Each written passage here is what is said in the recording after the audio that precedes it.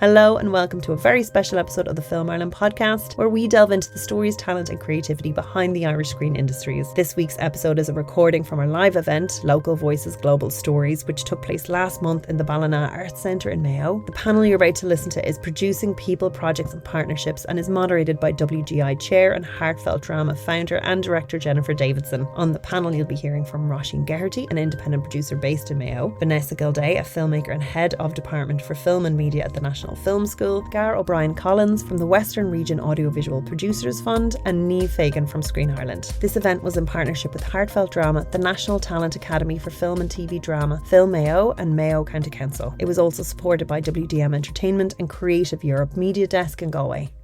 So welcome everybody, and of course this panel is being recorded for a Film Ireland podcast. So the unfortunate people who are not in the room with us will get to listen back later on. Okay, so another incredible lineup of panelists and some good West of Ireland connections once again, which was really important for us when we were putting these panels together. So we're going to start once again with some introductions.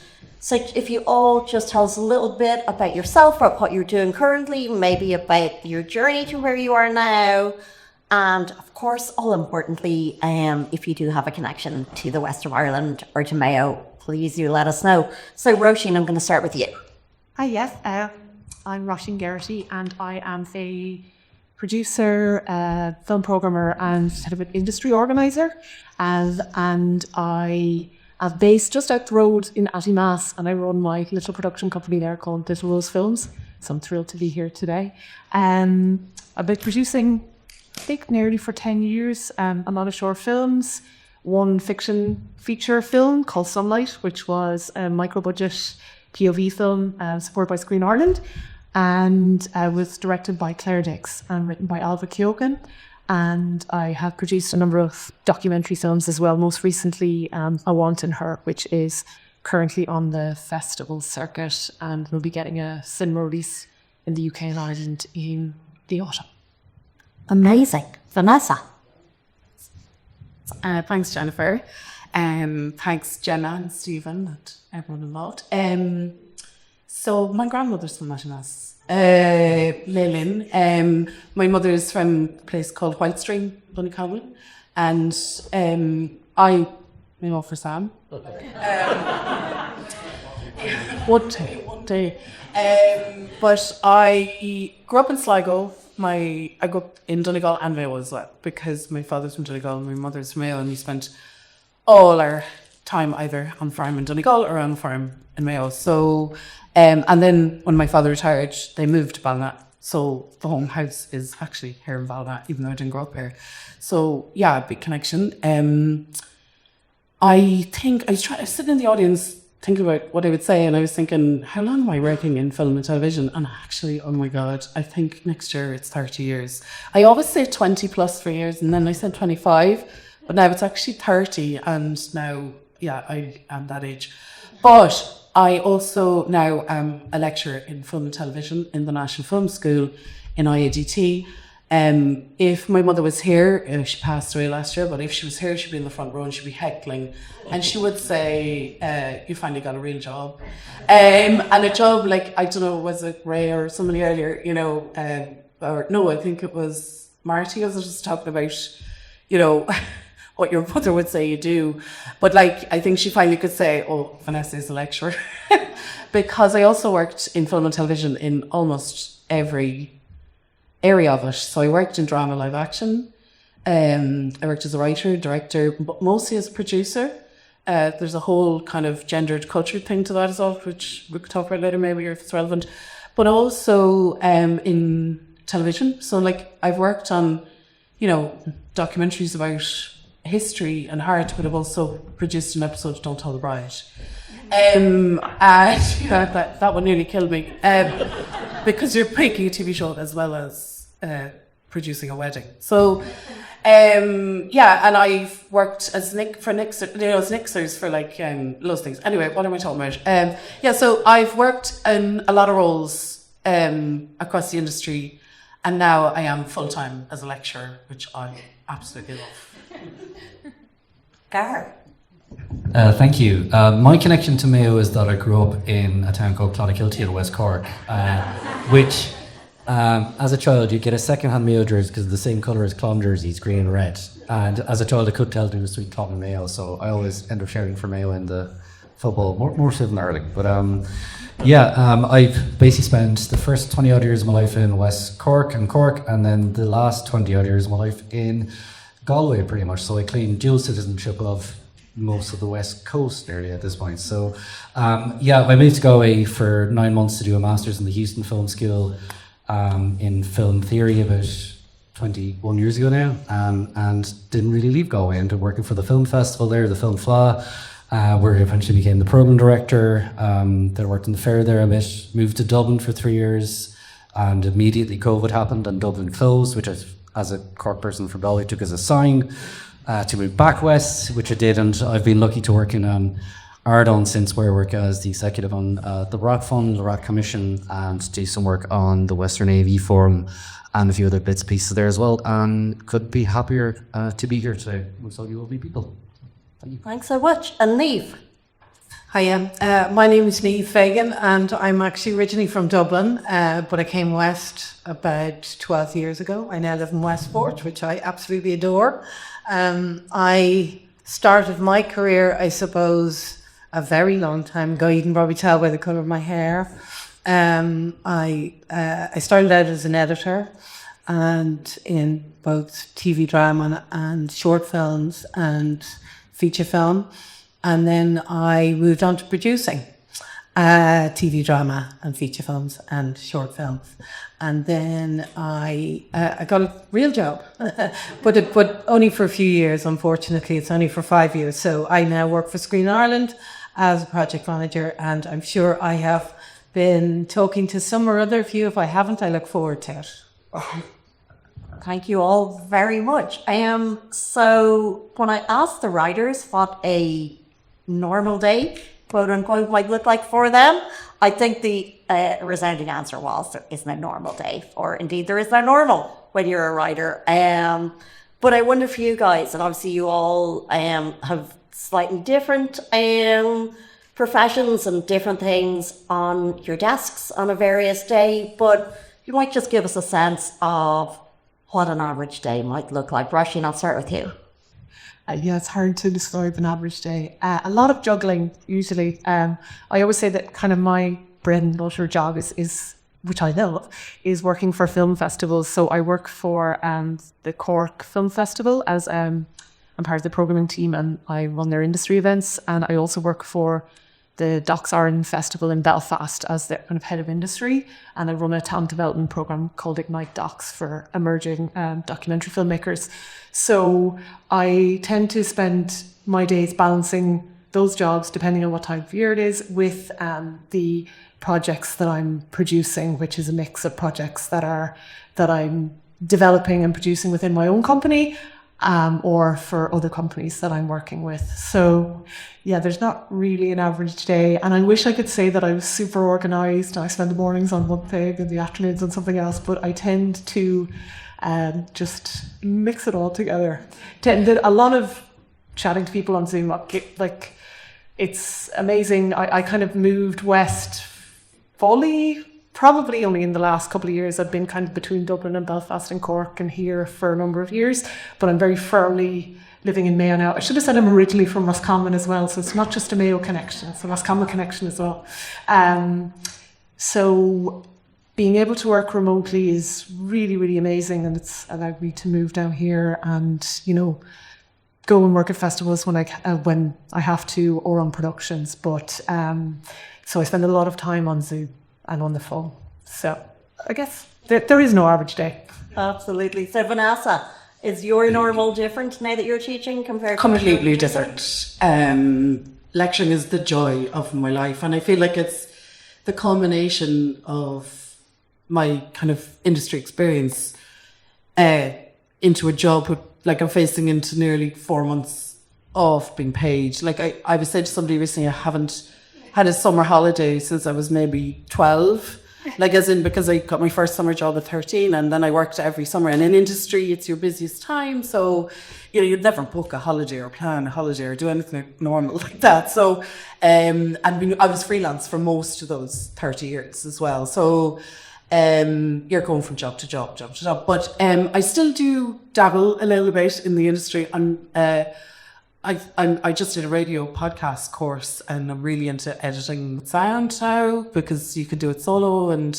But also I still work. I've collaborated most of my life with a filmmaker, Pat Collins, and his wife Sharon Welly, which Roisin has worked with Pat as well. I know you know because you did the same job as him, and everybody knows Pat. He's probably one of our greatest living filmmakers.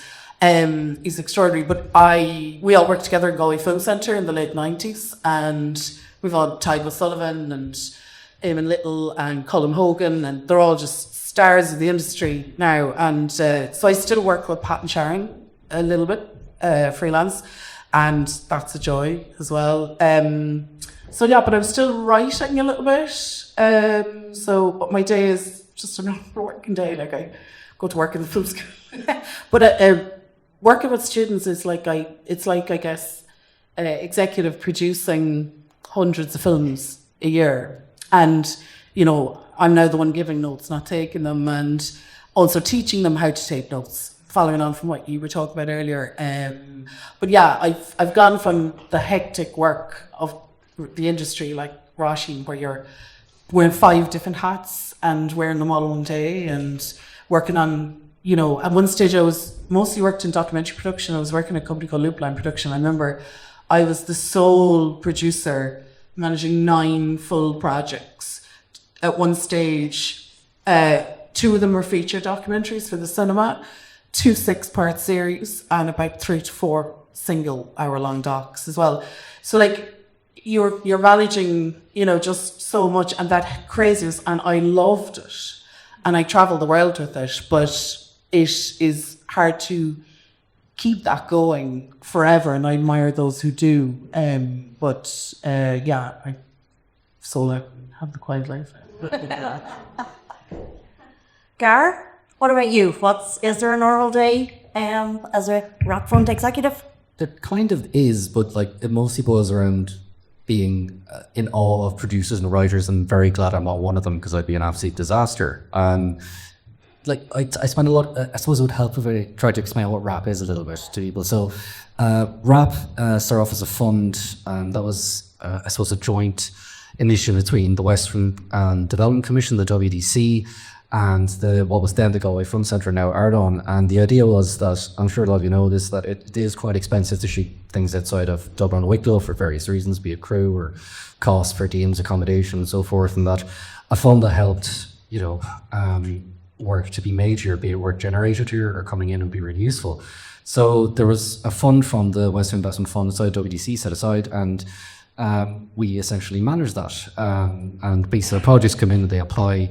There are various criteria. So if something can be a RAP project, it has to shoot either in Clare, Sligo, Leitrim, Roscommon, Mayo, Galway or Donegal.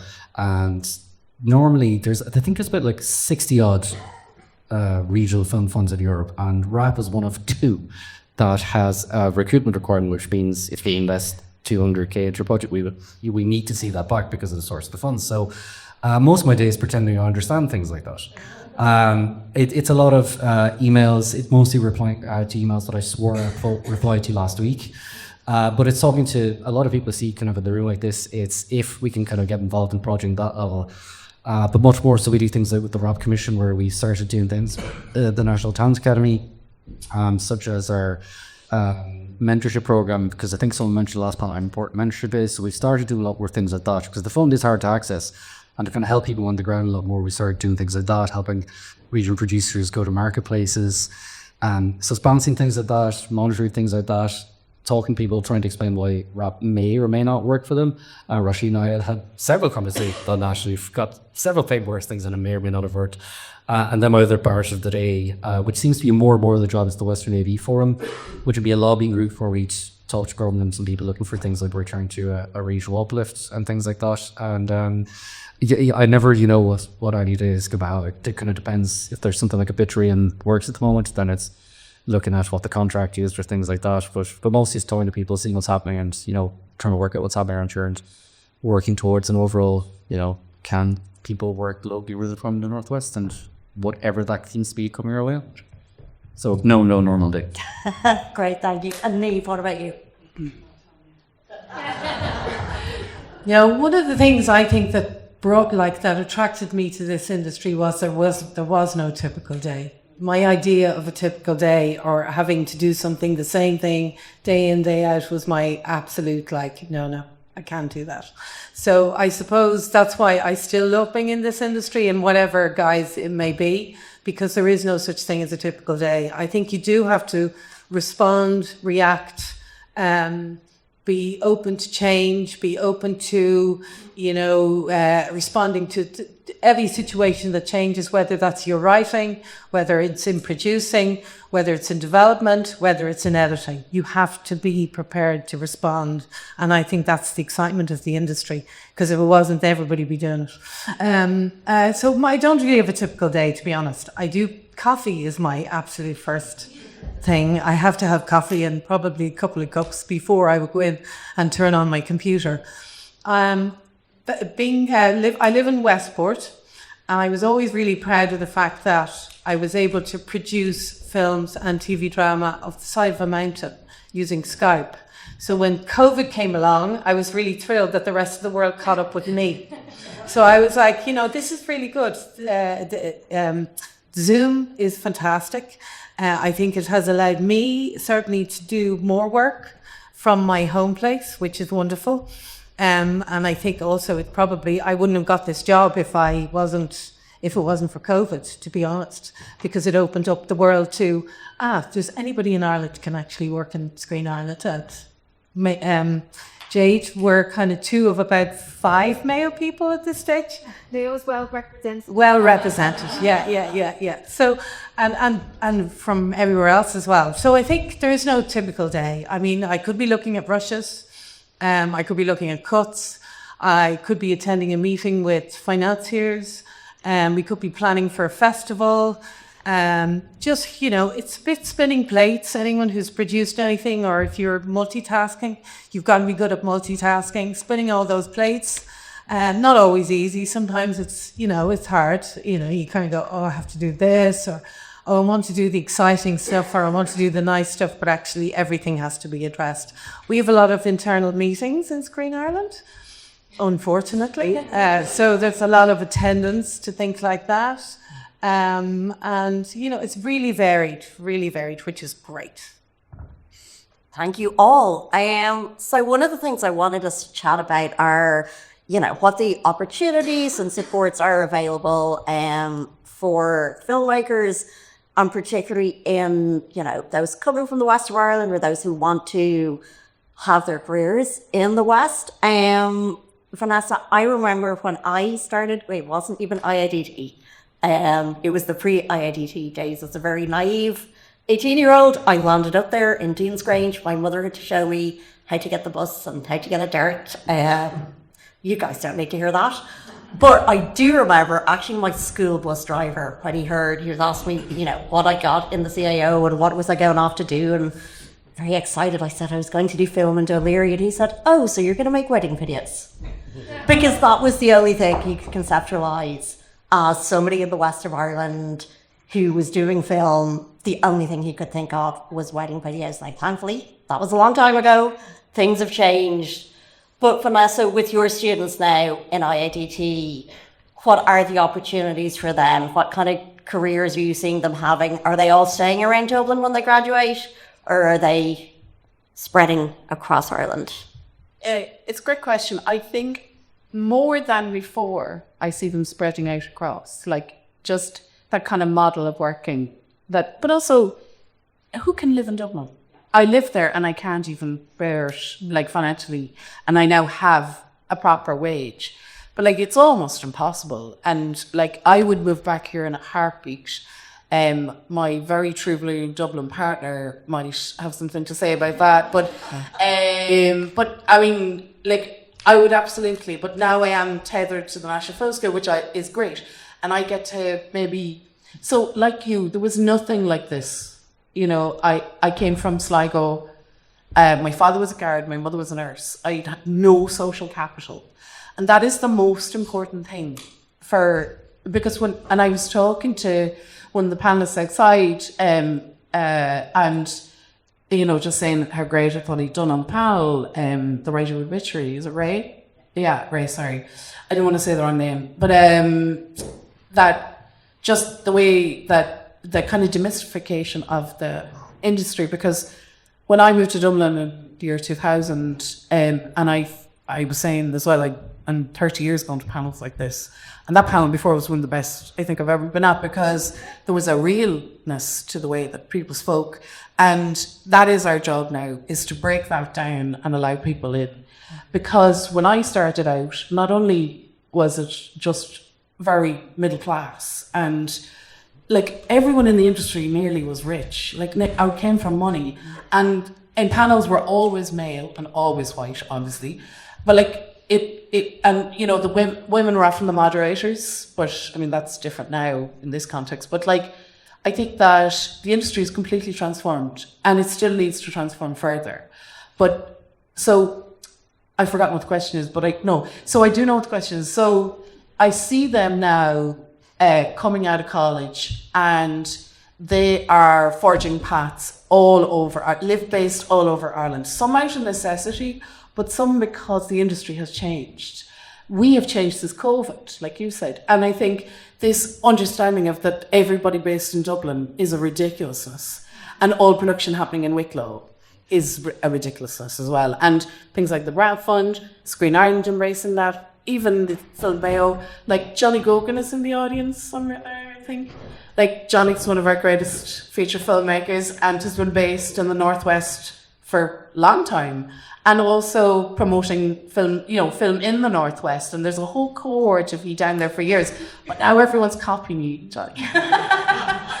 But like, you know, and I think that the more people like Roisin who say, actually, I'm based in Audiovisual and I'm going to make that work, the more of you that get involved or base yourselves where you're from or where you'd like to live, or Westport, one of the most beautiful places in the world, the more vibrancy, the more that will happen, the more the Rap Fund can engage, the more funders can engage, the more Media Desk, all of the talent academies, and even this event. Like, to think that there was something like this when I was starting out would blow my teenage or young person mind open. So I think that, but you know, people say, no, I demand not to have to move to Dublin. So let's make the production happen locally, or make it easier for you to work around. Public transport is an issue as well, and I know it's a small thing, but Ballina particularly isn't, you know, it's far, like, and roads are improving. Like, I couldn't believe how in the years it's gotten shorter, but that has to be addressed, I think, for, you know, like linkages and things like that. But those are things that can happen. But I think I see the students more and more not based in Dublin, more and more, and it's really encouraging. But also I see we have a problem recruiting. That's the problem. So we're the National Film School, but the majority of our students are from the catchment area, which is, I think, one of the wealthiest catchment areas in the country. That's disturbing, and we're doing a lot to try and change that, and it is changing. But like, it's very hard for somebody from Donegal to think, I'm going to go and study the National Film School unless their parents are super wealthy. Say something there. I think it's more than a practical issue, to be honest. It's about storytelling. It's about hearing rural voices and getting rural voices on screen, whether that's a small iPhone in TikTok or a big screen in cinema. I think the more rural people that are involved in decision making and at the table and telling their own stories and their own experiences. So many times I've been sitting at the table where people are telling me how people in my part of the world live, and I'm sitting there going, no, you've no clue. Like, and I don't mean to diss Dublin people. I'm from Dublin, so is Johnny. But it is about you telling your own stories, and so that's why diversity is really, really key, and it's really important. Vanessa, maybe I could suggest that you open a branch of the film school in the West. Working on it. I wasn't out of the National Film School. I tried to do that. But I mean, there is the Houston Film School. The ATU has a brilliant television media programme, and Leisure Kenny has an amazing one as well. So, like, we don't want to step on anyone's toes either. But what I would do is I'd love to collaborate more with those. And we do little bits and pieces, but it is hard to make that happen. But I think I'm working on it. No better woman. Absolutely. And just to pick up on what you were saying, Niamh, I was recently in Limerick at the Panelists Film Festival, which is an amazing film festival if anyone has the opportunity to go. But one of the panels there was talking about class and diversity, and something that came up, they were talking about, of course, working class voices on screen and, voices from the global minority. But also someone on the panel really pointed out the lack of rural voices, and that we need to, when we're talking about diversity on screen, we do really need to include rural voices because they are left out of that conversation and left out of our media a lot of times. So Roisin, when you decided to set yourself up at Addie Mass, was it an easy decision? Were there particular opportunities that you could see in doing that? Well, to be honest, I was really privileged that I was able to leave Dublin and kind of know I would be okay because I knew my mother would take me in. So much of my work was outside of Dublin, and it got to a stage where I was like, why am I still... And this was before rents got really high. I left Dublin full time, I think at the start of 2018. I was just like, no, I don't want to do this anymore. As much as I love Dublin, but I knew that my mother would take me in between jobs, and she lived outside Addie Mass. That's how I ended up there, and I adored the place. And in the beginning, I was traveling and doing my festival jobs and my production jobs, and then going back there and basing myself there. But I think COVID was the game changer because people had to trust you that you would do the work remotely, and now it's just a given that you. That we will. And now I have forgotten what the question was. I had no brainer to leave to get it there. But I think I was because I'm originally from Castlereagh in Roscommon, and it was the thing, like, my dad's a farmer. There wasn't really anyone I knew. I was actively discouraged from. I knew I was interested in film and storytelling. I knew I was interested in media. I don't think I really had a concept that it was film that I really wanted to do. But we were actively discouraged in school by guidance counsellors to study film, and I understand why. But the only reason that I knew that it was an option was because my best friend's older brother was already working in the industry as an art director. Now he's like highly successful working on big Hollywood things, but that was the only reason I even knew it was an option. So I just kind of went with it, and I was just very lucky to have supportive parents that maybe they were very encouraging, even if they didn't really know what I was doing. I didn't really know what I was doing, but none of us. It's what we were doing. I think I always knew that, like, it's really important to me to be working regionally, and I want everything I'm working on now or developing is like something that is set outside of urban centres and can be shot in the west of Ireland. And yeah, I just feel really passionately that we need to decentralise film industry. Definitely. So, Gar, we've been seeing like a really vibrant film and TV industry happening in Donegal. I think there's great conversations happening in Sligo that feels like they're on the verge of something bigger. I don't know if we're quite there yet in Mayo, and I'm wondering, from your experience, are there particular things you think we should be looking at and thinking about in Mayo to get ourselves to that place?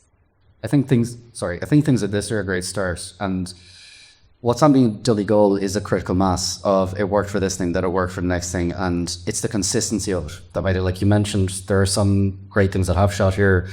Some of that rap were involved in, like My Sailor, My Love, Wild Men from Time. but there's not enough. So going back to the previous points about, people moving outside the country, it is, or outside of the county or Dublin, Wicklow, a lot of the problem is that's where most of the things are happening. So bear me a second, I'll circle back to Mayo on this, but I heard an anecdotal story in Galway recently of someone shooting a film in Galway, and they had I think it was a costumer they all hire, and they said they can't do it, they're taking a job in Dublin instead. And they said, well, what are they paying you? We'll pay you more. And they're like, well, you're already offering more actually, but if I say no to that job, I'm saying no to 3 more this year. Whereas the one in Galway was the only feature film, one of the only ones likely to shoot there. So it's about video, I suppose, consistency of activity. In theory, something like the Rap Fund would be useful for that, and that there's an incentive. Most people are amazing stuff with their nationwide fund and incentivizing things to come here. And the problem is that it's still expensive, because once you get outside that 45 kilometres, outside the GPO, you start paying per diems to your crew. We talk about this a lot. It's a regional drift cycle. There's amazing crew, and there's amazing talent. There's amazing writers like Ray in Mayo. And a lot of them, if they want to work, leave. And they go, and sometimes they come back, sometimes they don't. But then when you're trying to make something here, you're tending to bring them back from other places. And I hate to bring it down to money and dollars and cents, but it is sometimes. And what you need is a critical mass. So I think proving that it can be done when something's done is trying to keep it hold of those people in as much as possible. What Donegal did really well, and a lot of that is down to, you've got amazing people here, like Saoirse, like there's an amazing one in Donegal called A, and like you mentioned Vegan Nixer and stuff like that. That's exactly what it is, people who can do that. So there's people who, there might have been set designers there. There's a carpenter there who isn't doing something, can be done to do that. There was buildings they're able to work in that. Like Johnny does amazing stuff with people around like the whole SLR region as well, and building up kind of people on the ground and producers there. But for me, I think we need a kind of holistic ecosystem out there. We need to really incentivize. And I think the main issue is we need a proper strategy on a national level for this. That currently we're pretty much full at Cork at our capacity in Dublin, Wicklow nearly. Let's say if Wednesday shooting, that's pretty much us full. From what I understand, the CU spaces are full until next February-ish, if not beyond that. So there's huge opportunity for all Rushies and decentralised theatre. There's huge opportunity for Mayo, for places like Troy Limerick. It's what is your unique selling point? And it's going to come down to, I think, things like location, which is great. That's going to be the main driver of what amazing places Mayo has. Is the crew there? Do we have the RT, do we have the capability, and can we prove that consistently? Brilliant. I think that's really put it up to all of us to start thinking about how we can build a stronger industry in Mayo. So, yeah, of course. Sorry. But also, as bakers, Dublin-based or wherever-based, I've shot all over the country, but I'd say I've done a 6-part series from based on Colminchmar from Cork to Donegal, or we're constantly filming in documentaries all over the country. But it's really important that you hire Mary Harkin in Donegal to do your sound, or there is now, you can find camera, sound, editing expertise. Bridge Riley there, one of the country's greatest editors, Mayo one, proud Mayo woman. But there's craft, skills and expertise in every county on the west coast of this country now, living there. So maybe stop bringing your freelance crews down from Dublin. Hire locally, keep that vibrancy going. Now, I'm not necessarily talking to people in this room, but I know that this has been recorded. So, it's not a case now you have to bring everyone down from Dublin to shoot. And I'm not talking about the feature film particularly side, but that's a different beast. But on the, smaller, maybe television budget, BAI budget, commercial and mall budget projects, start looking at who's in Cork, and they are everywhere. And you start asking around, it's incredible talent. But also on your point, Gar, I think there still is an anxiety about being too far away from Chocksullis. There's still an anxiety about being too far away from camera kit. What if the 12 prime lenses we have all smash? or I've heard crews talking about having to drive to Dublin to get a lens baby, or I don't know what it is, a gimbal or whatever they needed. Probably none of those things, but I have heard people anecdotally talk about it, and that has to end. So that people have to get over that, because rarely do you need to drive to Dublin to get something, But there still is a comfort of being within half an hour of the higher houses. We say this all the time. It's very important where a producer wakes up in the morning, and if you've got remember you were saying that when you start in business, a lot of the people on these panels and stuff are, I imagine many look quite like me, and a lot of them are probably the most successful producers. Okay, now I've lost my complete train of thought. Can't keep that for you like that. But a lot of you look at me like that, and or probably look like me like that. There's a whole thing where we're going to be talking about succession and like who's going to be the next insert big producer, writer person here. Like we need a diversity, a decentralized group of people like that, so that it's not just the same stories being told as well. It's like, I think there's something beautiful about the way Cartoon Saloon isn't successful despite being Kilkenny. It's because it's Kilkenny. And what is the Ballina for story like that? What are the stories that are going to come from places like that? And to be able to do that, I think, is the key. Some people will want to live here and want to tell those stories, but can you do that when it comes to other things you were saying, like the camera company? So we need to incentivize someone to. I've spoken to people who know this, and they're like, let's set up a few nodes of like hire companies on the West Coast, and we just need kind of support for that. I mean, that's something we'd like to do. Probably suits us better to invest in companies for things like that in the RAP fund, but I do think we need like a broader kind of strategy and not a year by year budget like that the government does with Screen Ireland. Get their budget every year and have to adopt to that. If there was a big kind of 5, 10, 15 year plan of like decentralizing, having a geographically decentralized industry, which is a government policy, it just doesn't seem to be on a tough anyone's radar at the moment. I think that'd be really important that we get amazing voices from people that we have. Having backup monitors or backup follow focuses or whatever the thing is that a small budget crew might need as well as a bigger budget. I also think that as much as we absolutely need more rural voices, I don't think anyone has to feel like, what is a rural story? Like, there's human stories set in rural places. And of course, there are experiences that are unique to being in a city and experiences that are unique to being living rurally.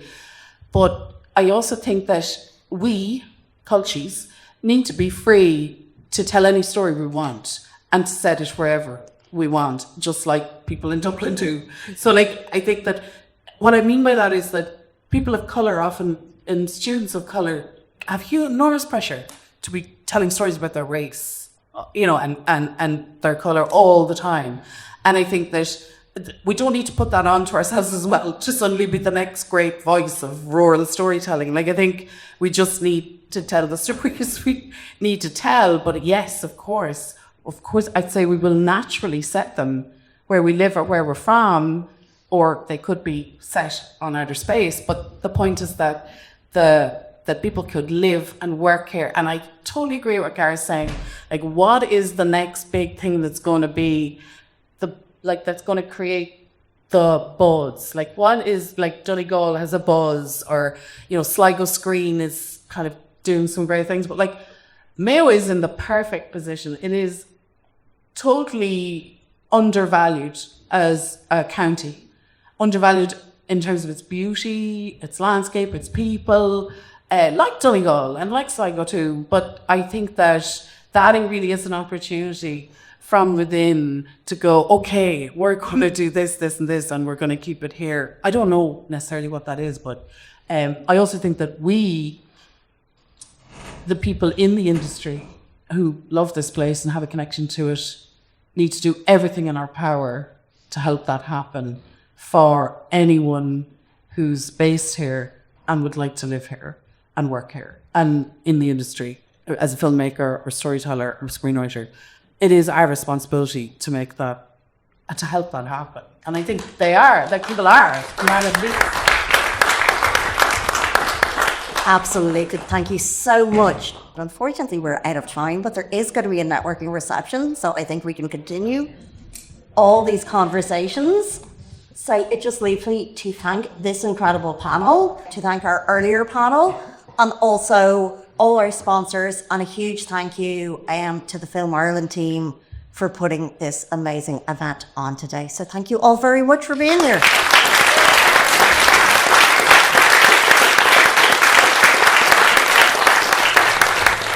And thank you so much for listening. So if you liked this episode and would like to hear more, don't forget to rate and subscribe to Film Ireland wherever you get your podcasts, and check out filmireland.ie for articles, events, news and reviews.